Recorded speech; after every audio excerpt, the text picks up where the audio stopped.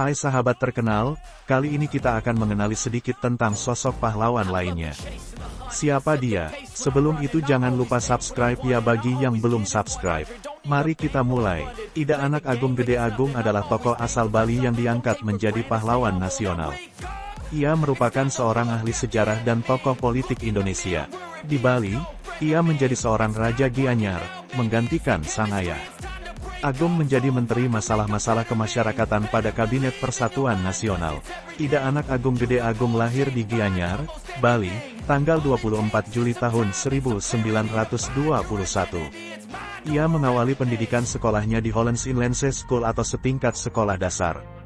Kemudian, ia melanjutkan pendidikan di Meerut Lagere Onderwijs, Mulo, atau setingkat SMP.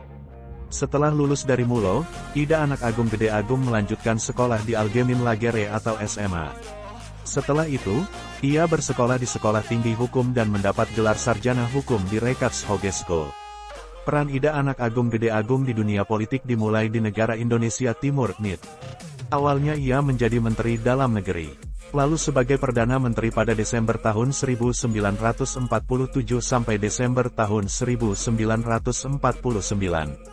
Meskipun saat itu NIT berada di bawah pengaruh Belanda, Ida Anak Agung Gede Agung menjalankan politiknya dengan cara yang berbeda.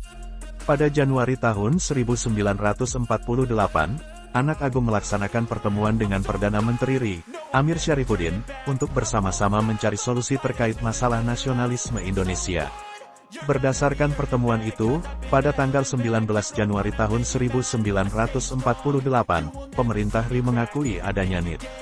Pada Februari tahun 1948, NIT mengirim misi parlementer ke Yogyakarta. Politik yang dilakukan Anak Agung ini dikenal sebagai politik sintesis. Ia menentang keras keinginan Belanda untuk membentuk pemerintahan federal sementara sebelum negara Indonesia Serikat (RIS) terbentuk. Sikap dukungan Anak Agung terhadap Indonesia pun semakin terlihat saat Belanda melancarkan agresi militer 2 pada tanggal 19 Desember tahun 1948. Untuk menunjukkan proses pada aksi itu, Anak Agung langsung mengundurkan diri dari jabatannya sebagai Perdana Menteri NIT. Ia diangkat kembali pada tanggal 12 Januari tahun 1949 sebagai Perdana Menteri NIT. Pada awal Februari 1949, Anak Agung memimpin delegasi BFO atau Pertemuan Musyawarah Federal ke Bangka untuk melakukan pembicaraan dengan pemimpin RI yang ditawan Belanda. Sebulan setelahnya, BFO menuntut agar Belanda segera menghentikan aksi agresi militernya dan membebaskan para pemimpin RI. Untuk menyamakan pendapat antara RI dengan BFO dalam menghadapi Belanda, Anak Agung memprakarsai diadakannya konferensi antar Indonesia. Konferensi ini berlangsung 2 kali, yaitu di Yogyakarta pada 19-22 Juli dan Jakarta pada tanggal 30 Juli hingga tanggal 2 Agustus. Dalam konferensi ini dicapai kesepakatan, di mana bendera negara tetap merah putih dan lagu kebangsaan tetap Indonesia Raya. Lalu disepakati juga untuk membentuk Angkatan Perang RIS. Perundingan konferensi meja bundar terjadi pada tanggal 23 Agustus sampai tanggal 2 November tahun 1949. Anak Agung menjadi wakil ketua delegasi BFO sekaligus ketua delegasi NIT.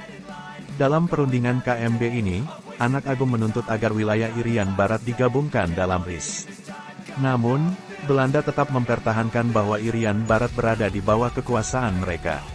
Pada akhirnya, disepakati bahwa Irian Barat akan diserahkan ke Indonesia 1 tahun setelah pengakuan kedaulatan oleh Belanda.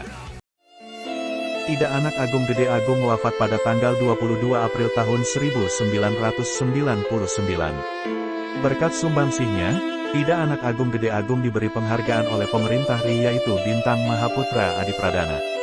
Kemudian, pada tanggal 6 November tahun 2007, berdasarkan keputusan Presiden RI No. 068 TK tahun 2007, ia dianugerahi gelar pahlawan nasional oleh Presiden Susilo Bambang Yudhoyono. Terima kasih sudah menonton, jangan lupa like, komen dan subscribe ya, nyalakan juga loncengnya.